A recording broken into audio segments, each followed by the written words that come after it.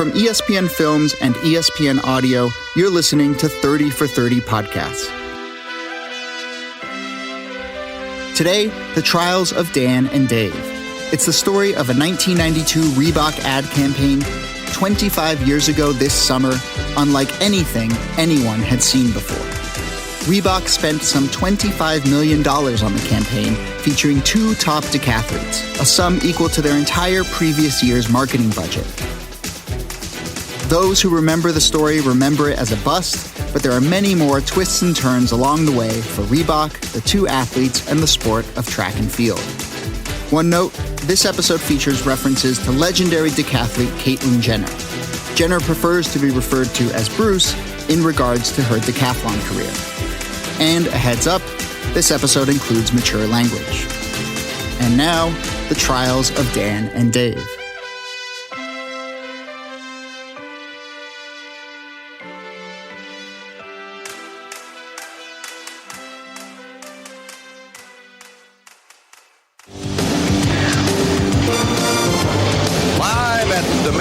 In the Twin Cities of Minneapolis and St. Paul, Super Bowl number 26. So I had a party at my apartment, and I got the 6-foot Subway sub. That was the centerpiece, was the 6-foot sub. And because I had a little money, and it's like, man, I bought all the booze, all the beer. And I had quite a few people come over, and it got a little wild. Super Bowl 26. January 26th, 1992. Almost 80 million people watching on television, many of them from parties like the one at Dan O'Brien's house. Everybody was drinking beer, and then we got into the hard alcohol, and it was really fun. Dan is watching from Moscow, Idaho. Dave Johnson is watching from Los Angeles, California. I probably had 30 or 40 people at my house with multiple TVs set up, and everybody's there, and I kind of kept it a little bit of a secret. I just let them know, wait till you see what's going to be on here. And so the first commercial comes on, and it's super short. It's in the third quarter, just before a Pepsi ad featuring Cindy Crawford. The first Dan and Dave commercial runs, featuring old photographs and grainy videos of two toddlers, Dan O'Brien and Dave Johnson. Dan can run 100 meters in 10.3 seconds. Dave can high jump 6 feet, 10 3/4 inches. This summer, they'll battle it out in Barcelona for the title of world's greatest athlete. The voiceover expounds on the men's athletic feats, but the visuals are just the photos of the two toddlers. Me in a bathtub, Dave on a bike. It was just little kids. And that's it. And everybody kind of looks around like, that's it? What the heck was that? Then, later in the same commercial break, another short ad runs. Dan can throw a 16-pound shot put 53 feet 3 inches. Dave can hurl more pictures and home videos. Only in this one, the kids are a little older, maybe 5 or 6. The second ad ends the same way as the first. A quick Reebok logo and a promise. This summer, they'll battle it out in Barcelona for the title of world's greatest athlete. I didn't know what to expect. They didn't show us the commercials before we saw them at the Super Bowl. Reebok ran 2 more commercials, making 4 in total, all during the third quarter. And all of them just 15 seconds long. Dan won the decathlon at the World Track and Field Championships. Dave won the decathlon at the Goodwill Games. This summer, they'll battle it out in Barcelona for the title of world's greatest athlete. I remember people really being confused at first, and then eventually they were going, man, that is genius. They were talking about how amazing that Reebok thought of doing small little commercials all the way to where there's a culmination of what they really were talking about. And that's these two athletes that are going to go to the Olympics this year, and it's going to be settled in Barcelona. By the way, the game, it's pretty lame, with Washington beating Buffalo 37-24. But the ads have made their impact. When the Super Bowl was over and the party was over and everybody got out of there, and it was a little bit shocking, really. It's like, wow, we're here to celebrate commercials that I was in. I remember sitting with a group of people that I had there, and they were all kind of going, I can't believe I'm sitting that we're here with Dave. And I never really thought of myself that way, that somebody would think it's cool to be with Dave. That was the first time I really sat there and was going, people are going to know who I am now. And I remember almost being scared, what do you do with that? Get your body into the ride. In 92, Reebok was known primarily as a shoe that your mom wore to take aerobics classes in. And they were desperate to increase their athletic credibility. In 1992, Rick Sittig worked for Chiat Day, the ad agency hired to put together Reebok's latest campaign. The task was pretty daunting. We've got two guys no one's ever heard of in an event no one really cares about. All of the best-known athletes were Nike athletes, the Michael Jordans of the world, the most famous professional athletes in the world. If we wanted to stand out, we needed to do something else. The basic idea was, in sports circles, the winner of the decathlon is the world's greatest athlete. And so it wasn't hard for Reebok to get excited about a campaign that said, who's the world's greatest athlete? This Reebok athlete you've never heard of? Or this other Reebok athlete you've never heard of?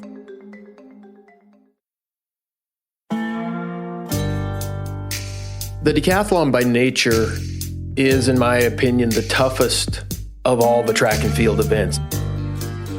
The decathlon is so tough because it combines so much. It's 10 events contested over the course of 2 days, each one adding to the competitor's overall point total. Day 1 is the 100-meter dash, long jump, shot put, high jump, and the 400-meter run. Day 2 is the 110-meter hurdles, discus, pole vault, javelin, and last, the 1,500-meter run. And it attracts some really interesting individuals. We don't say that athletes find the decathlon. We say that the decathlon will find those athletes. That's what happened to me. I think that's what happened to Dave. Born in 1963, Dave Johnson grew up in Montana and Oregon. By his own admission, he was hardly the model young man. I was one of those kids that was in a lot of trouble growing up. I was actually throwing snowballs at cars, and I think I did definitely learn how to throw so well because I was able to stand farther back than anybody else and throw that apple or throw that snowball, throw that rock. I remember the first time a coach told me what the decathlon was. He said, you should do the decathlon, and I thought he said marathon. And I, Coach, no, I'm the hurdler. I don't run distance. And he goes, no, the decathlon. He said, do you know Bruce Jenner? And I go, well, Bruce Jenner, that's a guy on Chips. I remember watching television. Jenner was on a show called Chips at the time. He was doing a cameo with them. And so I just knew him as a Hollywood TV guy. And he said, no, that's, he was an Olympic medalist. Dave Johnson was hooked. Dan O'Brien also grew up in Oregon, just a few hours south of Dave, near the small town of Klamath Falls. And he also had his ups and downs before finding his sport. Well, growing up in Southern Oregon, to me, always felt like I was out of place. We had 6 adopted kids in the family. I have a sister who's biracial like myself, a little brother who's Hispanic. I have a Native American sister, and then 2 Korean sisters. Well, when you're the only kid of color or kids of color in your entire town, which the O'Brien family was, it's interesting because all you want to do when you're young is fit in, blend in, go along, get along.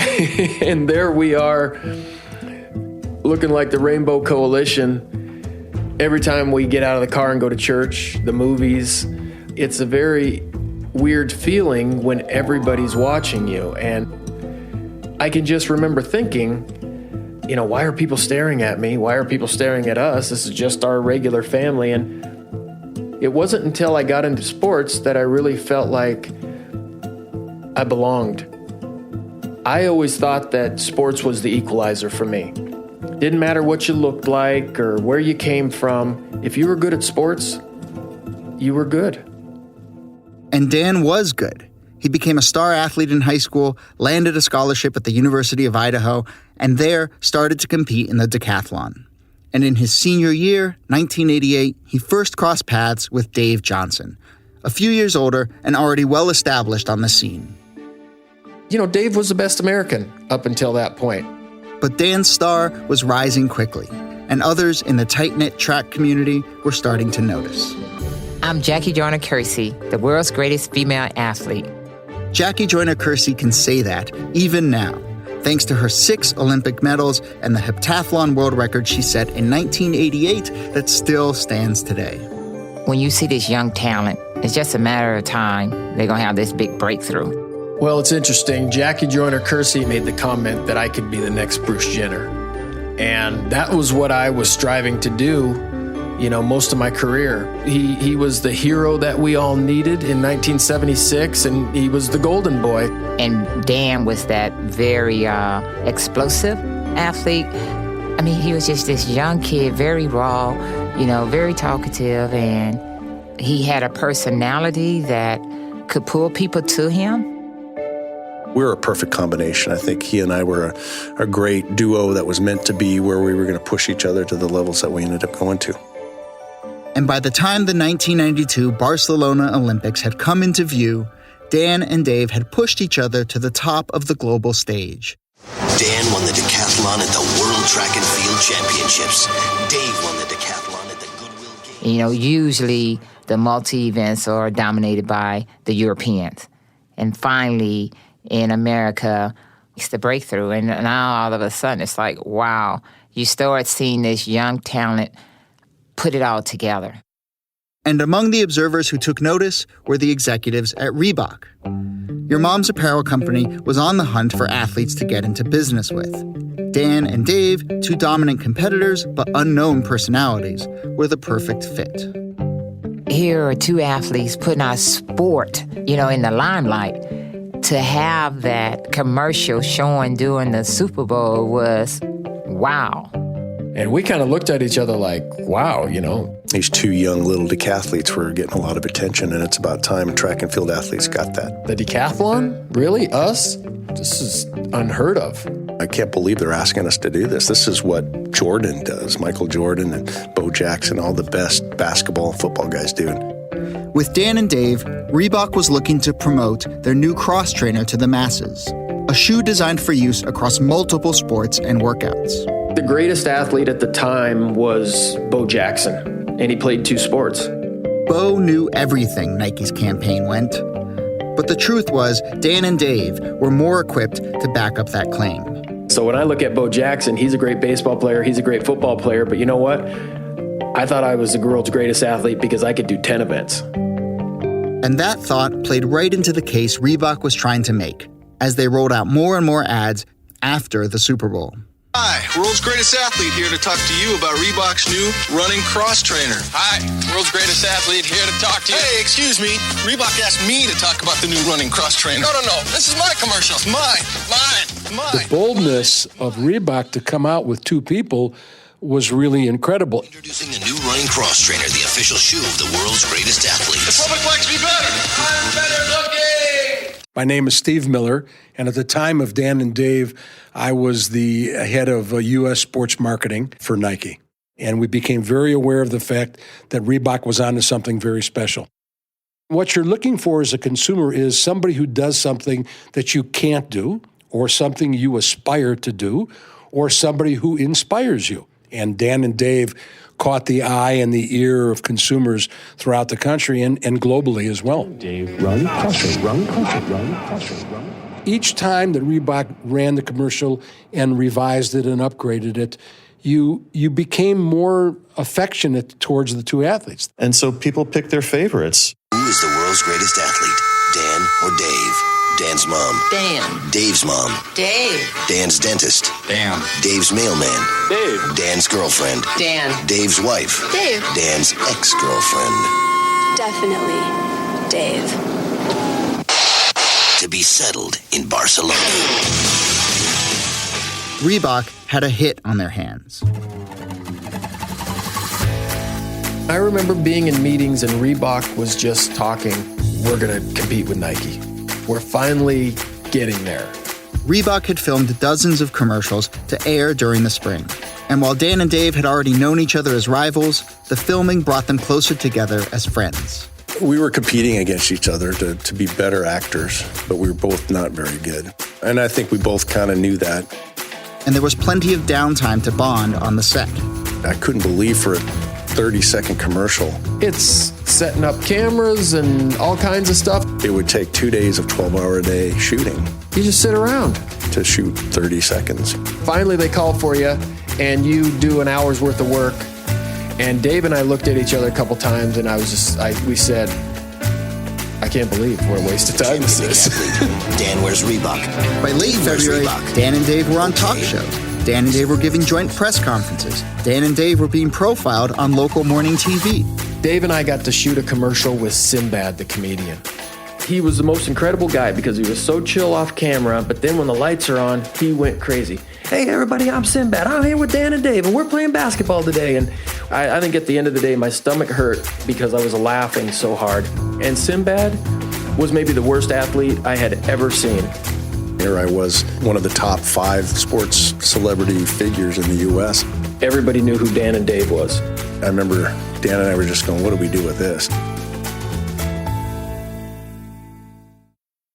Well, an athlete's life is pretty simple. You get up, you train, you eat, you go to bed, and you just repeat that cycle each and every day.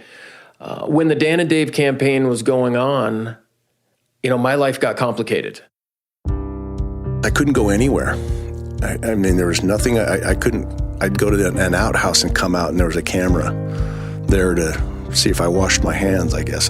And that's what I wasn't prepared for, is to understand that, you know what, I just wasn't another face in the crowd. It got to a point where I told my manager, we can't do this anymore. We just stopped appearances. We've got to get this thing going. I mean, I've got like 4 months up until the trials. The trials. The first Dan and Dave ads aired at the Super Bowl in January of 1992.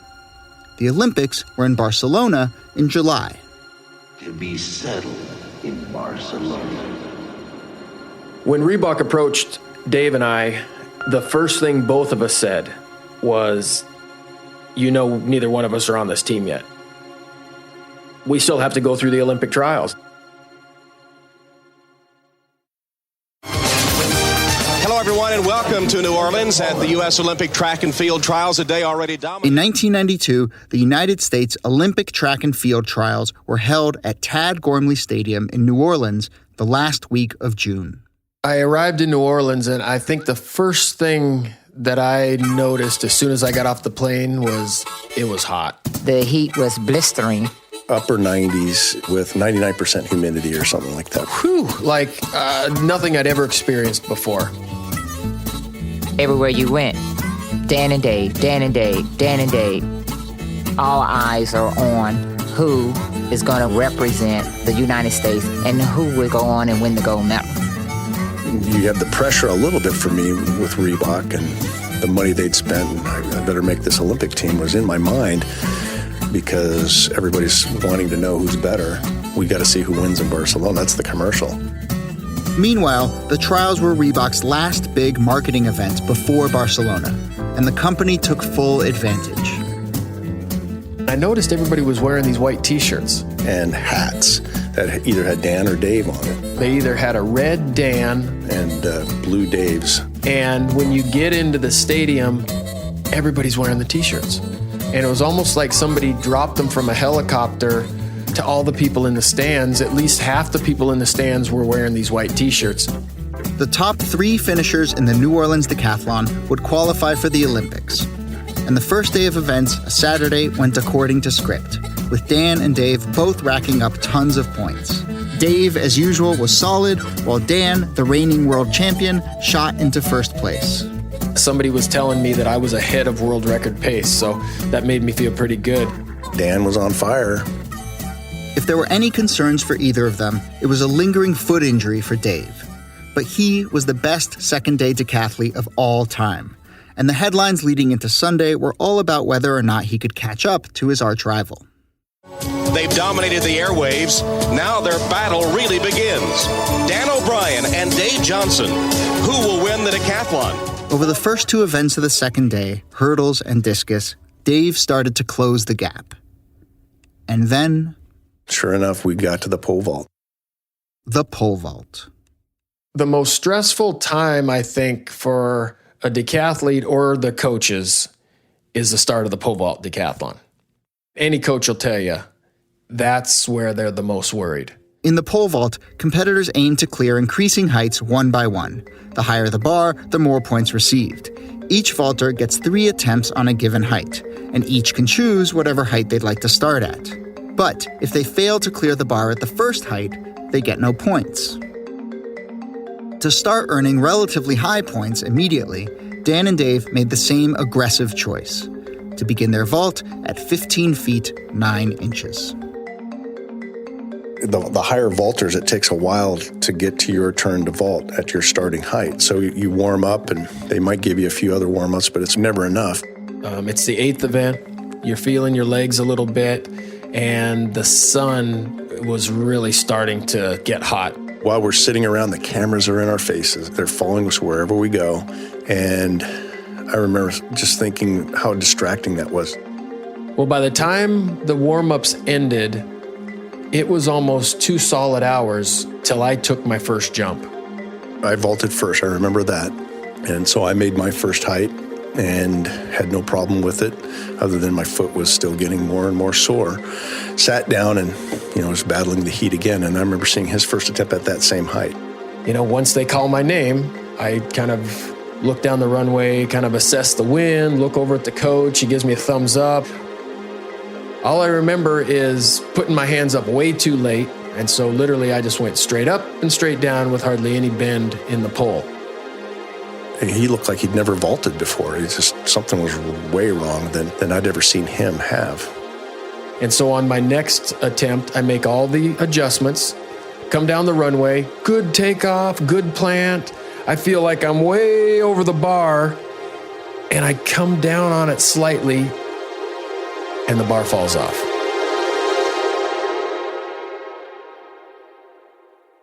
And then I start to think, it's like, oh no, I'm on a third attempt. You don't want to be on a third attempt. At an opening bar. At an Olympic trials. This height, that's it, or he has lost maybe all chance. He had been on a world record pace and now risking not even qualifying for the team. That's when I sat up and I was going, well, what is going on here? And it was kind of a quiet in the stands. There wasn't as much Dan, Dave, Dan, Dave, Dan, Dave. You kind of see the crowd begin to stir a little bit. Other athletes sit up and they look over your direction. Ooh, O'Brien's got 2 misses. This is opening bar. Is that his opener? Oh, did he make one? No, I thought I saw him make one.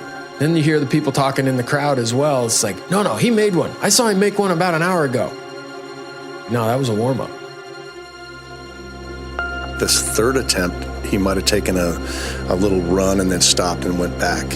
This is his third and final attempt, and he goes down the runway and stops. That was not a good sign. As soon as I start my run on the third attempt, I get a big gust of wind coming from the right, and so I stop. He just didn't look confident. See, this is it. He's not on the team if he doesn't make this height, and he knows it, and it's going through his mind. I just tell myself, settle down, just relax. And so I get back there, and I take off, and down the runway I go. There's a look on his face like, I'm just going to go, and I'll make sure I make it. And I feel pretty good. I plant the pole. The next thing you know, I'm stalled out on the top, and I'm looking at the bar, and I think, get over it somehow. And I can't. And it's not even close. No, he went under the I come bar. crashing down to the pit, and I'm just in a daze.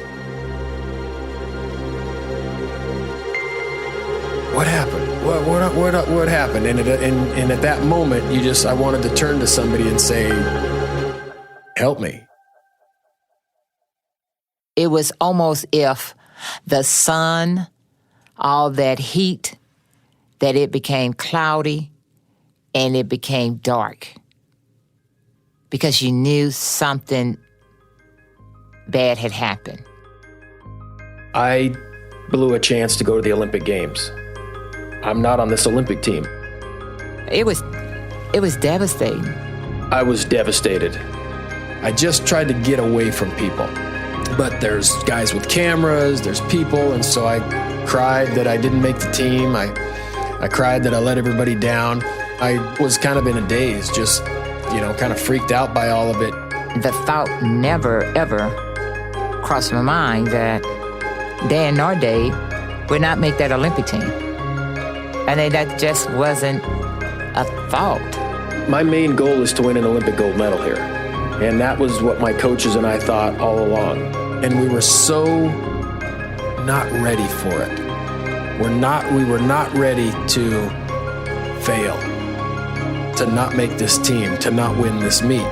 It was hard. Everybody was still in disbelief. You could hear the buzz in the stands. Oh my gosh, I can't believe it. You are the best athlete in the world. And I knew it was hard to dealing with all the commercials and all the hype and everything that went into it. It was too much. It was a lot to have to deal with all at once.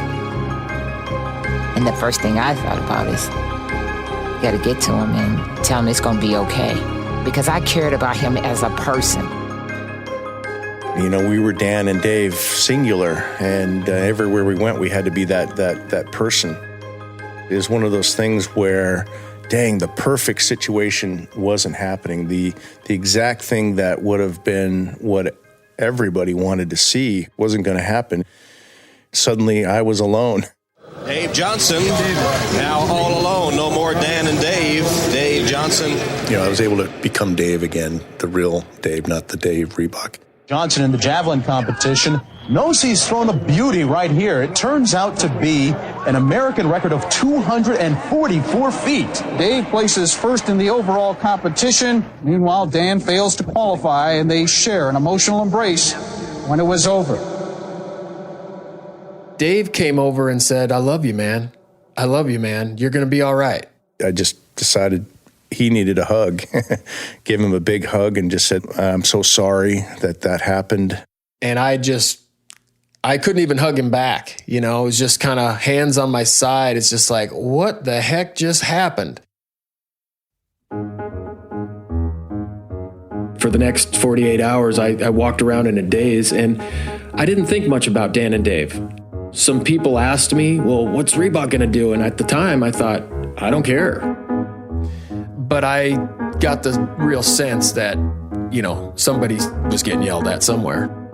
There was probably some yelling going on at the ad agency. Rick Sittig was watching the events that afternoon on television from New York. So it's a bad situation. The mood at the agency is just, oh, crap. Reebok has made a huge investment in these athletes to pump up their credibility in the athletic world, and they've got media to fill, and the future of the company is kind of resting on the outcome of this, and it's now just gone to hell. And in my head, I'm going, oh no. We were planning to be on Johnny Carson. We were planning to be hosting Saturday Night Live. All those commercials they'd already made. They'd made 10 or 15 commercials that were going to play during the Olympic Games with Dan and Dave there. Steve Miller from Nike was in New Orleans with a few of his colleagues in a small section of seats in the middle of the stands watching the drama play out. Sitting in the stands and watching it was like a dream come true. For months, Steve and Nike had been secretly fantasizing this exact scenario. Yeah, we were actively hoping that something bad would happen. I don't know how else to put it. I'd like to lie and say, no, it didn't make a difference, but it made a difference, of course. The truth is, we were just fucking happy. I mean, what are you going to say? It was one of those moments where you feel so good, you get a little lightheaded. It's the first moment in time that I can ever remember taking pleasure in somebody else's pain. Reebok, the creator of those Dan and Dave commercials, says that its huge ad campaign isn't dead yet. It just needs a slight readjustment. The readjustment came in the form of a new series of ads, embracing the change in the Dan and Dave story. Reebok rebooted its campaign on the fly. they had new ads out within 48 hours. In the coming weeks, there was an ad with Dan coaching Dave. Now that I've got some free time, I'm helping Dave train. Faster, Dave! Push it! One with Dave consoling Dan. Hey, you should be happy. You're going to represent your country. You're going for the gold. Yeah, I guess. I just wish you were going, Dan. And that same ad also announced a new role for Dan O'Brien in Barcelona. Dave, I am going. Huh? I'll be up in the broadcast booth. You mean we'll both be in Barcelona? Uh-huh. Together? Again? Uh-huh. Really? You want a hug? Nah, we already did that.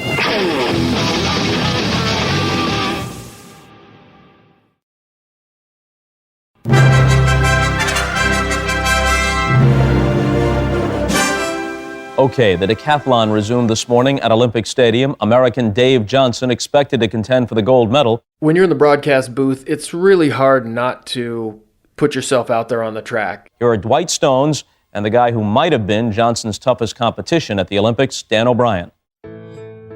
It was a little strange, though, looking down there at guys who I thought I could beat for the Olympic gold medal.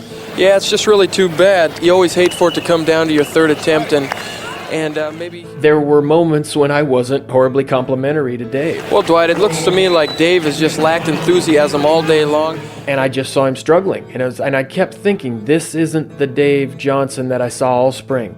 This isn't the Dave Johnson that I saw at the Olympic trials.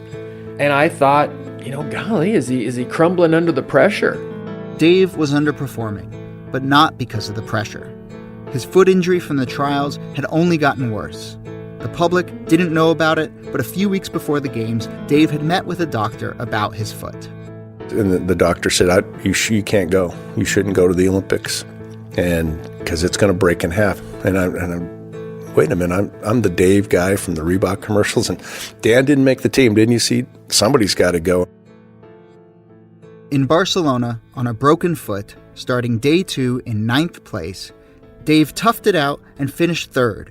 Dave Johnson becomes the first U.S. medalist in the event since Bruce Jenner back in 1976. He did his absolute best, which was phenomenal, to walk away with a bronze medal. Even as I stepped up and received the bronze medal, and saw the American flag go up, I was thinking, man, I'd overcome, this Dan and Dave ad campaign and the broken foot and just the career of 14, 15 years of training. And I was so fortunate to be able to step down from that medals ceremony and go to the people that really knew me, my family, of my coach, and the people that really were there in my life to get me to that moment. Dave wins the bronze medal. Robert Zmelik comes home with the gold from the Czech Republic. Neither Dave nor I claim the title of the world's greatest athlete in Barcelona. And I think it was 2 or 3 days later in USA Today, Reebok has a big ad that says, "Congratulations to Dave Johnson for winning the Olympic bronze medal. Thank you, Dan and Dave, for a great year." And I think for me, at that particular moment, Dan and Dave ended. Dan and Dave was over as an ad campaign, and with Dave coming off a major injury, Dan and Dave looked to be over as a major rivalry too. But Dan O'Brien was already thinking about what was next. All I could do was really think about what was down the road for me. And the great thing about track and field is you don't have to wait every 4 years for a big event. I knew I was going to get another shot the following year at a world championship. Starting in the fall of 1992, just a few weeks after the Barcelona Games, and for the next few years, Dan O'Brien went on the best tear of his life. September that same year, I break the world record. The winter of 1993, I win the first heptathlon world indoor championships. I break the world record. I win a U.S. outdoor title in Eugene, Oregon, score over 8,800, go on to defend my world title in Stuttgart, Germany, win a third world outdoor title in Gothenburg, Sweden. But no one cared. I remember eating lunch with Bruce Jenner, and Bruce kept telling me, only thing people are going to remember is the Olympic Games. And I thought to myself, man, this guy's crazy. He doesn't know what he's talking about. He didn't have world championships when he was a competing athlete. I get to compete at world championships every 2 years. But it wasn't until later that I realized, man, Bruce was right. So Dan O'Brien set his sights on the next Olympics and the chance to win a medal people would care about. But even as he was winning meet after meet, Dan felt he needed help because he was still struggling with the mental side of the decathlon. I used to get so nervous before I competed that I would question why I do this, almost throwing up, wanting to quit. My name is Dr. Jim Reardon. I'm a sports psychologist from Columbus, Ohio. Dan had come to Dr. Reardon to talk about that anxiety he faced before every competition. But Dr. Reardon suspected there was a deeper element at play: the fallout from the missed pole vault in New Orleans.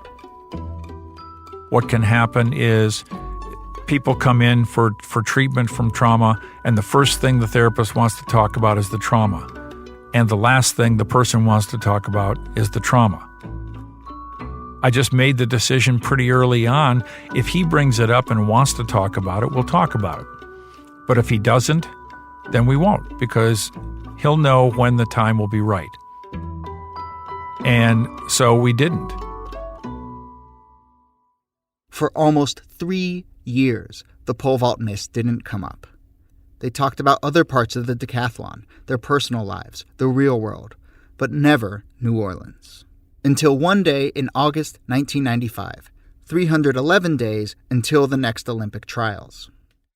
We were having this conversation, and he kind of started it out by saying, gosh, you know what? Last night was weird. I had a dream about the pole vault from 1992. He said, I haven't thought about that in years. And I'm thinking to myself, okay, I guess this is the moment. Over the coming months, Reardon decided that he had to take a big, aggressive step. Dan had to watch footage of his failure in New Orleans. Somebody got me a copy of it. And I had a couple of, back in those days, DVDs made. I kind of caught him off guard. And I said, I got something I want you to look at. And we watched it. He's watching it, and I'm watching him. It was ghastly. It brought back all the feelings that I had in 1992. I remembered seeing the white T-shirts, Dan or Dave T-shirts in the crowd. I remember what side of the field I was on and how hot it was. Oh my gosh, it was hot.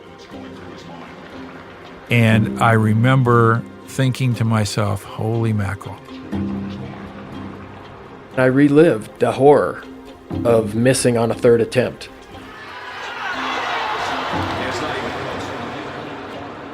And coming down, landing on the pit, and just being in a complete daze. And it was absolutely ghastly to go through those emotions again. This is it. He's not on the team. The video continued to roll. It showed Dave come over to hug me. I didn't even know what to say afterwards. And I said, what do you think? And he said, I don't want to look at this. And I said, okay. And then I replayed it.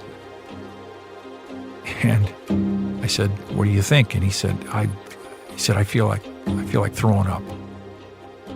And I said, you know what? I would much rather have you feel like that in a hotel room in Chula Vista in December than on the runway in Atlanta in June.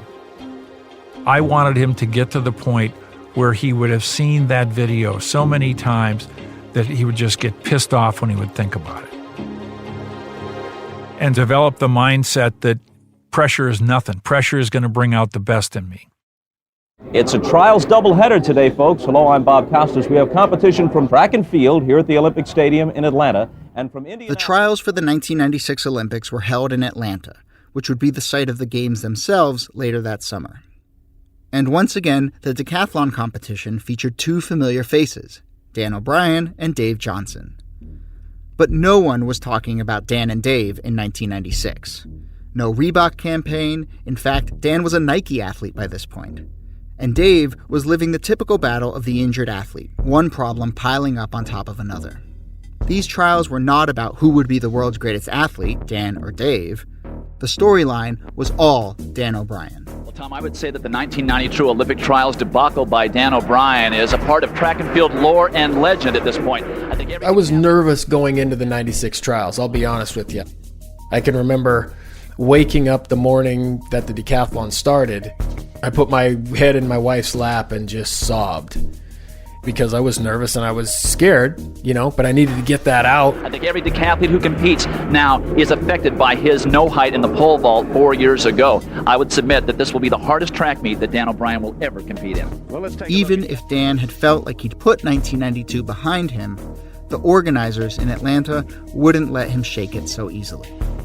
I'll never forget, as I walked out to run the 100 meters, the start of the very first day at the Atlanta Olympic Trials, I look up at the big screen on the north end of the side of the field, and they're showing my failure in the pole vault.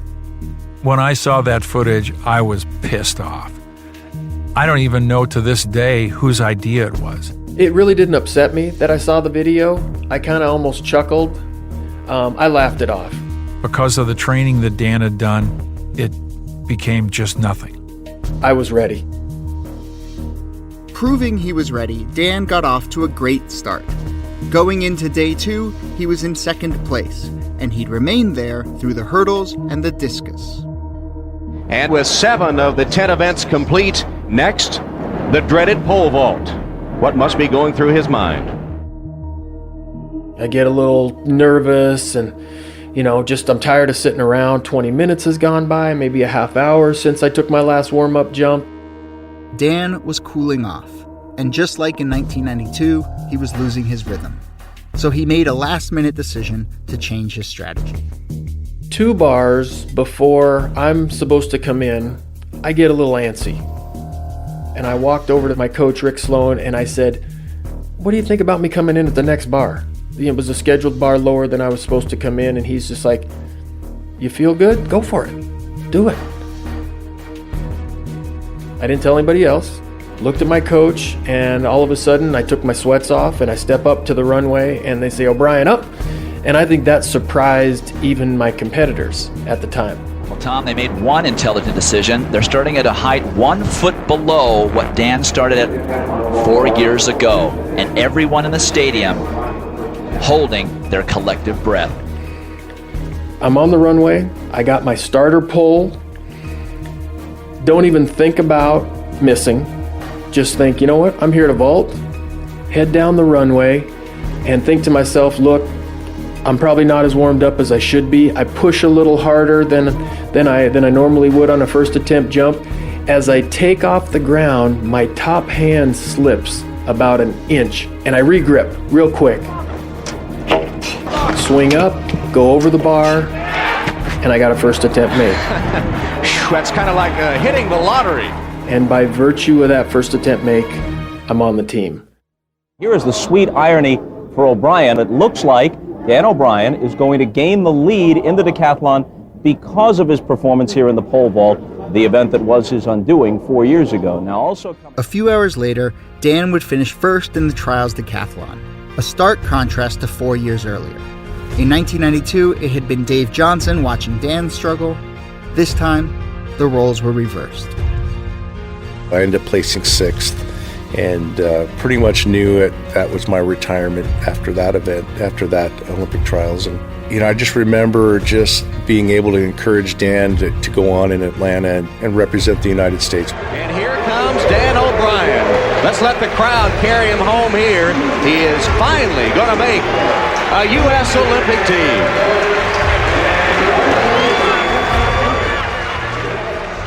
Dan O'Brien was world champion, record holder. He'd exorcised the demons of New Orleans. Now the only job left to do was to win the gold 6 weeks later. The trouble is when you've won everything except for the Olympic gold medal and you feel like it's the last thing on your list, it's not as exciting as it could be. It was stressful. I was trying to just not make mistakes. Atlanta's Olympic Stadium, where the decathlon competition continued today. And for a report on day 2 in the decathlon, let's go to Dwight Stones. In Atlanta, in his quest to finally settle that question, who is the world's greatest athlete, that had first been asked 4 years earlier, Dan O'Brien's first day of competition went off without a hitch. As prepared as I was for the Olympic Games, sometimes what you're not prepared for is what other people are going to do. This crazy young guy from Germany, Frank Busemann, this young kid, he had personal best after personal best. He was going crazy. So, on this new stage, Dan suddenly had a new rival. Busemann, the German, was right on his heels. Through day 1, through the pole vault, and right up to the decathlon's final 2 events, the javelin and the 1500 meters, a race that had never been Dan's strongest. I need a big lead before the 1500 meters. And when I got to the javelin, I didn't have as big a lead as I would have liked. He was a little too close for comfort. Let's head back to the track. The 2-day decathlon concluding tonight with a report on how the... And so as I got into the javelin, it was the twilight of the night. The Olympic Stadium was packed, with hometown American fans rooting on Dan and a noisy contingent of Germans rooting on Busemann. Each of the competitors selected a javelin and took their first throw. Dan's first attempt was disappointing, but he tried to stay calm, scanning the crowd as he waited his next turn. I look over and see a guy in a red, white, and blue jersey, USA jersey, and it's Dave Johnson. He's got his Oakleys on the back of his head backwards like he always used to wear them, and he was down in the front row, just kind of hanging. Dave had been standing with the U.S. coaches, quietly watching the drama play out. But now, he was noticing something. As Dan threw his first throw, I think I could tell that the javelin he was throwing wasn't flying exactly as well as it should be for his type of throwing. After the second throw, another disappointment, Dan came over to consult with his coaches on the sidelines, with Dave standing right nearby. We had that eye contact. And I say to Dave, which javelin should I use? You got 100 to choose from out there. I had him pick out the javelin that I knew would work really well, because the javelin is just my best event. Dave said the 90-meter Nemeth, and I knew exactly which javelin he was talking about. And I said, all right. Something about him being there, it put me at ease. It was just refreshing to my soul. I just felt good that he was going to be there to witness my greatest moment. And Dano stepped up to the line for his third throw. Needs a cushion for the 1500.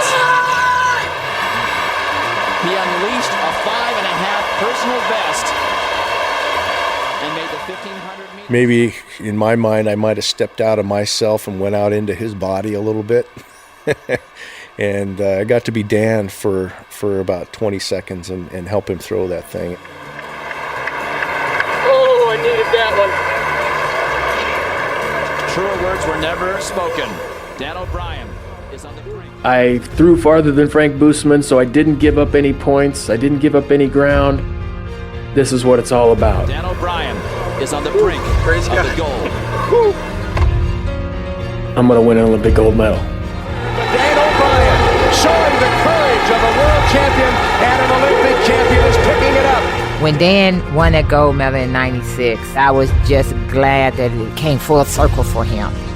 Being able to go through, but stick through and not give up on the sport. And it was great to see him finally being an Olympic champion. And Dan O'Brien takes the title of world's greatest athlete. I think it would be tough to talk about Dan and Dave if I hadn't come back in '96 and won the gold. But I think failing in 1992 gave me an opportunity to rewrite the narrative. I had to change people's minds every time I stepped out onto the track.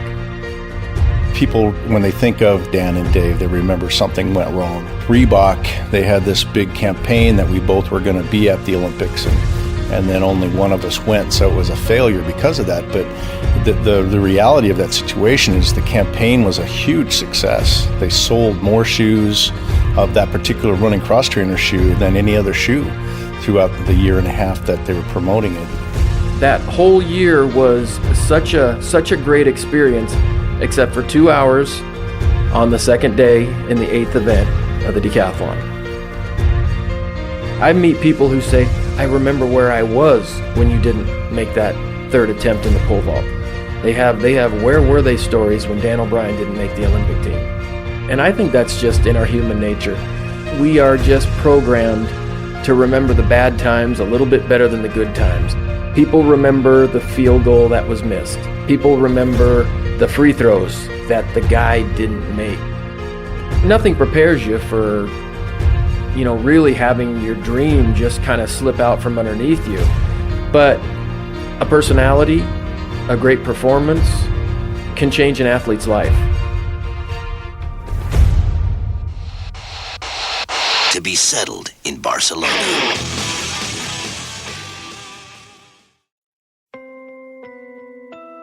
Thanks for listening to 30 for 30 Podcasts. My name is Jody Avirgan. This episode was produced by Andrew Mambo. Our producers are Rose Eveleth and Julia Lowry Henderson. Taylor Barfield and Kate McAuliffe are our production assistants. Mixing, sound design, and original music for this episode is by Ryan Ross Smith.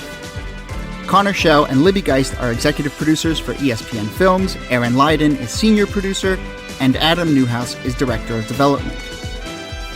The ESPN Films team includes Deirdre Fenton, Jenna Anthony, Ryan Nantel, Catherine Sankey, Jennifer Thorpe, and Colin Fleming. The ESPN audio team includes Tom Ricks, Megan Judge, Pete Giannassini, and Ryan Granner. Special thanks to Ryan Hurley, Ray Dinahan, and RJ Santillo at ESPN New York. Louise Argianis and Chi-Young Park did archival research for this episode. We got editorial help from Aaron Cohen and production support from Marcus Anderson, Tony Chow, Serena Fong, Sarah Venture, Matt Schiltz, and Krista Ripple. Special thanks to Lee Clow, Bonnie Ford, Philip Hirsch, Leilani O'Brien, Dave Ropes, Rick Sloan, and Frank Sarnowski. Our theme music was composed by Rishikesh Hirway of the Song Exploder podcast. We're posting lots of extras on Twitter, Instagram, and Facebook. Find us there, and you can sign up for the newsletter through our website, 30for30podcasts.com. Be sure to subscribe to 30 for 30 Podcasts in the ESPN app or Apple Podcasts, and we'll be back next week with more 30 for 30.